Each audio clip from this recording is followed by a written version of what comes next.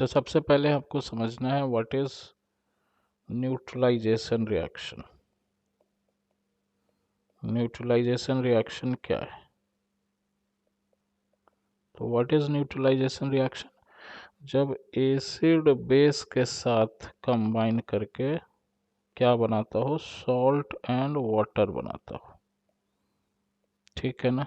इसमें हो क्या रहा होगा कि HA कोई एसिड है एक्वस सॉल्यूशन में, BOH कोई बेस है एक्वस सॉल्यूशन में, एंड देन ये सॉल्ट बना रहा है और साथ ही क्या बना रहा है? H2O liquid. This reaction is called what? Neutralization reaction. इसी को हम लोग क्या कहते हैं? न्यूट्रलाइजेशन रिएक्शन कहते हैं। तो इसमें रिएक्शन क्या हो रहा होगा? इसमें रिएक्शन हो रहा होगा कि H plus aqueous OH minus aqueous के साथ कंबाइन करके क्या बना रहा होगा? H2O लिक्विड बना रहा होगा। एक्चुअल में रिएक्शन यही है। अगर आप कहेंगे ना कि रिएक्शन क्या हो रहा है, तो रिएक्शन इसमें यही हो रहा है कि H प्लस OH माइनस के साथ कंबाइन करके क्या बना रहा हो? H2O। ठीक है ना? तो अब इंथैल्पी ऑफ न्यूट्रलाइजेशन किसको कह रहे हैं? इंथैल्पी ऑफ न्यूट्रलाइजेशन कह रहे हैं बच्चे कि जब आपके पास 1 gram equivalent acid completely neutralize हो जाए, कंप्लीटली न्यूट्रलाइज्ड हो जाए,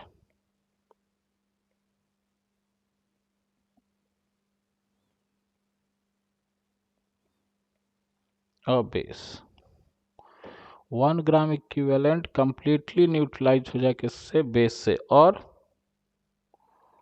1 gram equivalent base completely neutralized हो जाए किससे?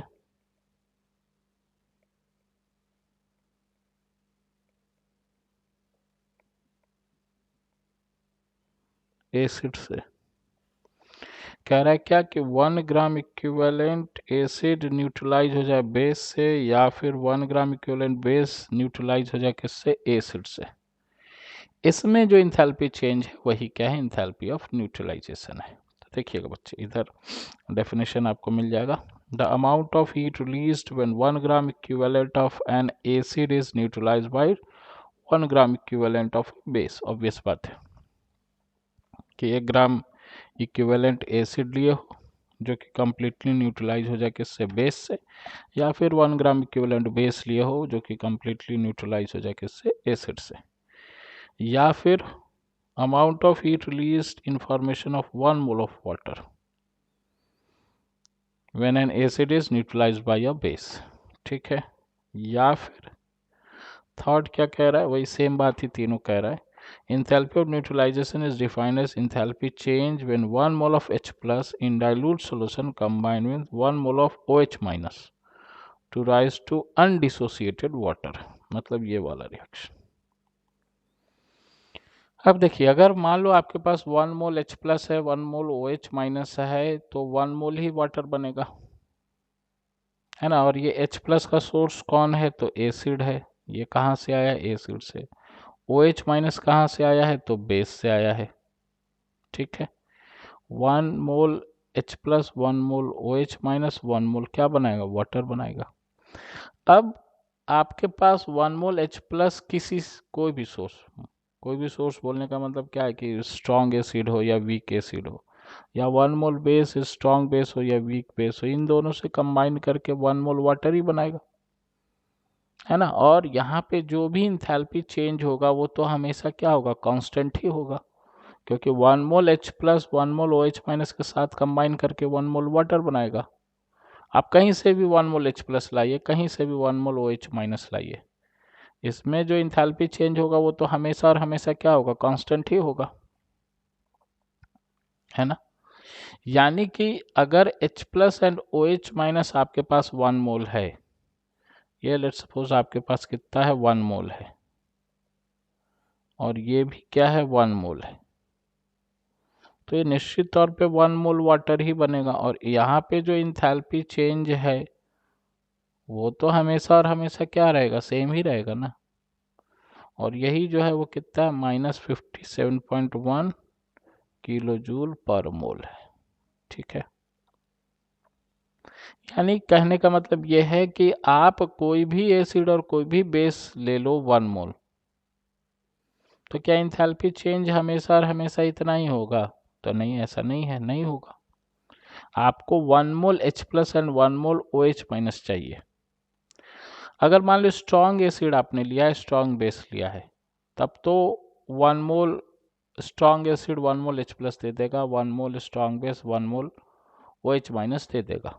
लेकिन लेट सपोज आपने वीक एसिड या वीक बेस लिया है, तो क्या उस कंडीशन में आपको 1 मोल वीक एसिड क्या 1 मोल H प्लस दे देगा?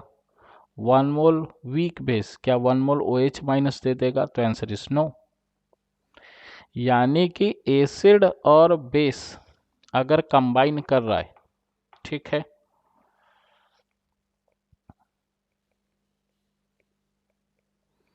एसिड एंड बेस कंबाइन कर रहा है, सॉल्ट एंड वाटर बना रहा है लेट्स सपोज, तो एक चीज तो यहां पे समझ के चलिएगा कि HA पहले H plus and A minus में क्या होगा? डिसोसिएट होगा।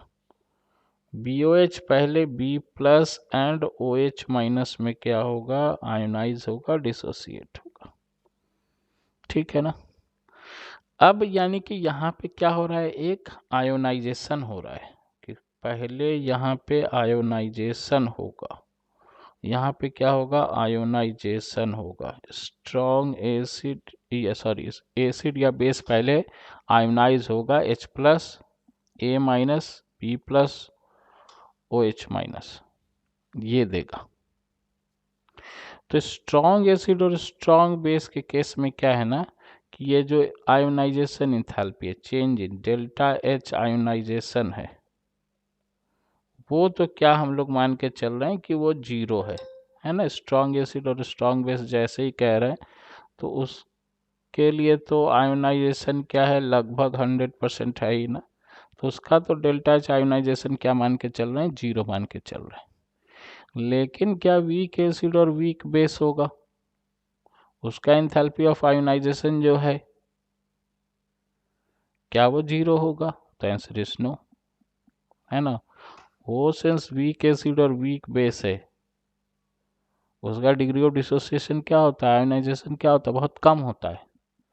तो कुछ न कुछ वो क्या करेगा? एनर्जी लेगा टू आयोनाइज। ठीक है ना? यही नेक्स्ट हम लोग देखेंगे इंथैल्पी ऑफ आयोनाइजेशन में। ठीक है ना? तो इंथैल्पी ऑफ न्यूट्रलाइजेशन समझ में आया? What is enthalpy of neutralisation?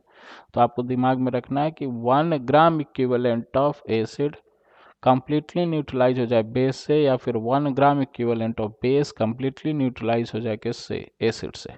उसमें जो इंथैल्पी चेंज है वही क्या है? इंथैल्पी ऑफ न्यूट्रलाइजेशन है। स्ट्रॉन्ग एसिड और स्ट्रॉन्ग बेस, इस कंडीशन में क्या होगा? इंथैल्पी ऑफ न्यूट्रलाइजेशन सेम रहेगा। लेकिन यही वीक एसिड और वीक बेस के केस में क्या है? इंथैल्पी ऑफ न्यूट्रलाइजेशन जो है वो डिफरेंट आएगा।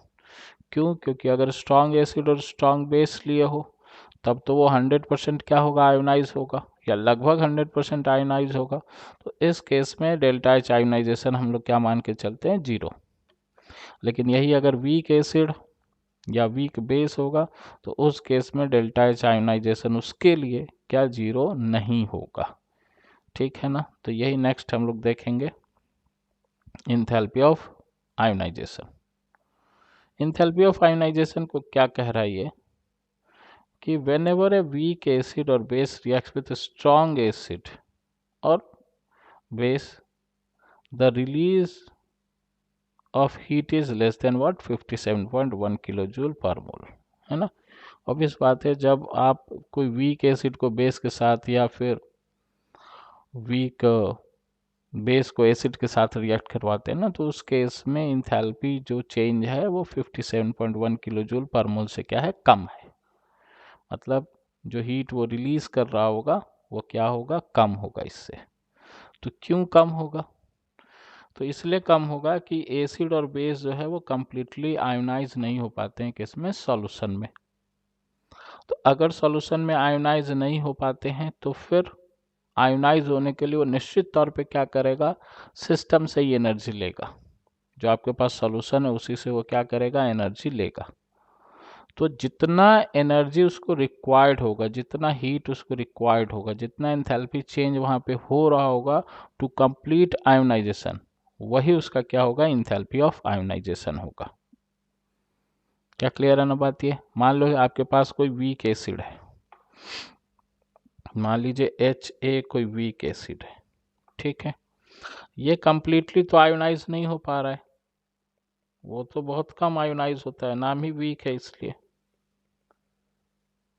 तो आप चाह रहे हैं कि ये कंप्लीटली आयोनाइज हो जाए, तो कंप्लीटली आयोनाइज होने के लिए क्या करेगा, ये सिस्टम से, सॉल्यूशन से कुछ एनर्जी लेगा, है ना। और जितना वो एनर्जी ले रहा है, जितना वो हीट ले रहा है, वही क्या है, एंथैल्पी ऑफ आयोनाइजेशन है, ठीक है ना।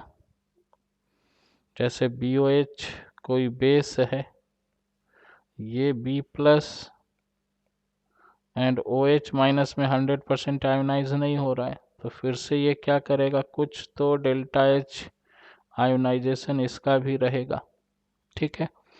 अब जो भी रहेगा, मान लो X किलो जूल है या Y किलो जूल है, जो भी है, ठीक है ना। तो वो कहाँ से लिया होगा, तो सिस्टम से लिया होगा, सॉल्यूशन से ही लिया होगा। तो कुछ न कुछ ये एंथैल्पी ऑफ आयोनाइजेशन जो है वो होगा। तो अगर H+ एंड OH- अगर सिंपली रहा होता, तब ये कितना रिलीज कर रहा होता, -57.1 किलो जूल पर मोल, या आप सिंपली कह लो कि 57.1 किलो जूल पर मोल हीट रिलीज कर रहा होता, ठीक है। लेकिन ऑब्वियस बात है कि ये सब कुछ न कुछ क्या है, पॉजिटिव वैल्यू है। तो अगर इसमें कुछ पॉजिटिव वैल्यू ऐड हो जाएगा तो निश्चित तौर पे क्या हो जाएगा, बोलो बच्चे, जितना वो रिलीज कर रहा होगा उससे वो कम अब रिलीज करने लगेगा। यानी कि अगर डेल्टा H न्यूट्रलाइजेशन को आप लिखें कि क्या होता है डेल्टा H न्यूट्रलाइजेशन, तो ये है बच्चे, delta H ionization of weak acid plus delta H ionization of weak base plus delta H reaction of H+ plus OH- gives you H2O liquid, है ना, जो कि एक फिक्स्ड वैल्यू है। इसका वैल्यू कितना है, इसका वैल्यू कितना है, फिक्स वैल्यू है, इसका वैल्यू कितना है, तो इसका वैल्यू है -57.1 किलो जूल पर मोल।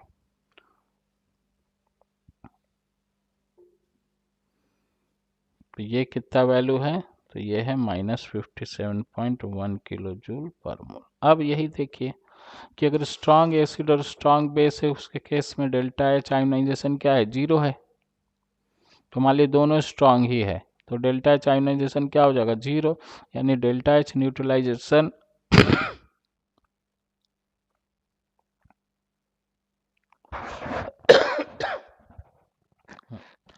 तो delta H ionization strong acid और स्ट्रॉन्ग बेस का क्या होता है, 0, तो वो दोनों क्या हो जाएगा, 0। तो डेल्टा H न्यूट्रलाइजेशन किसके इक्वल हो जाएगा, डेल्टा H रिएक्शन, है ना, ऑफ वाटर फॉर्मेशन, जो कि क्या होगा, हमेशा फिक्स होगा। यानी कि डेल्टा H न्यूट्रलाइजेशन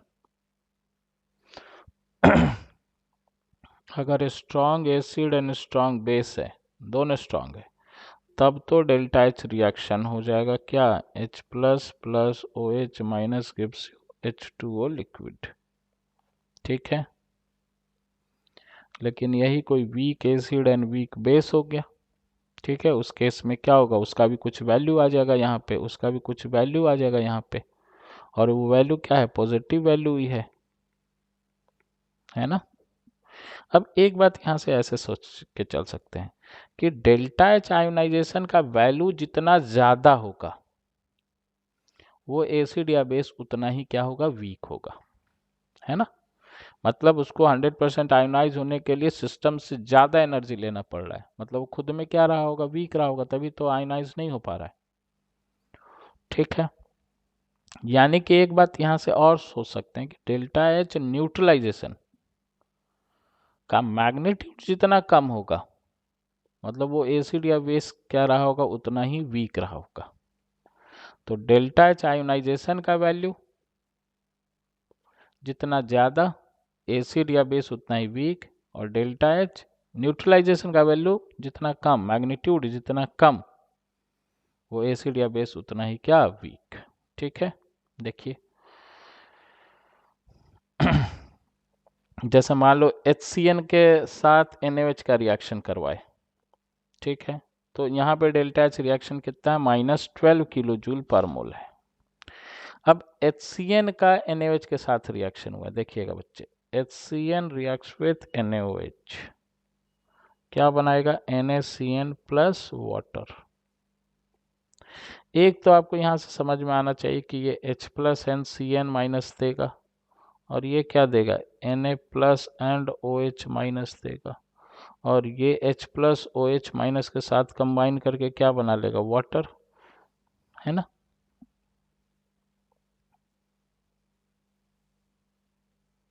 ये बना लेगा H2O लिक्विड।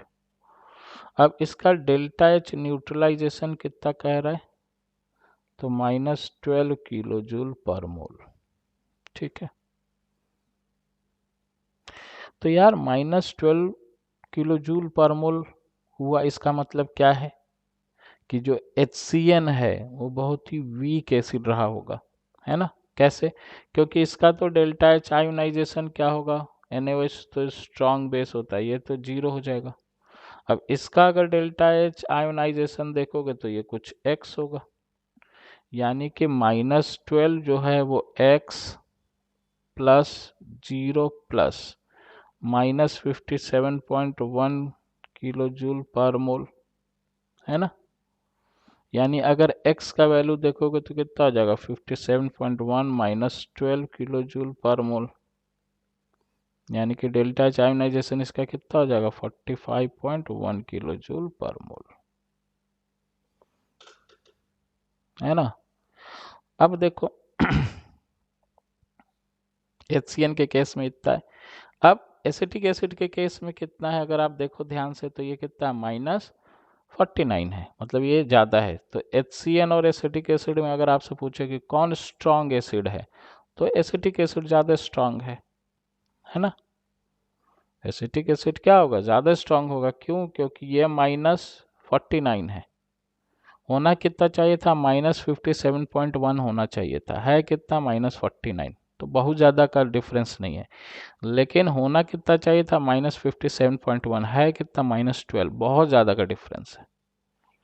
क्या क्लियर है ना बात। तो यहाँ से हम लोग बोल सकते हैं कि HCN एक वीक एसिड है, और एसिटिक एसिड जो है उसके कंपेयर में स्ट्रॉन्ग एसिड है। ये नहीं कह रहा हूँ कि स्ट्रॉन्ग एसिड है, इसके कंपेयर में क्या है, ये स्ट्रॉन्ग एसिड है।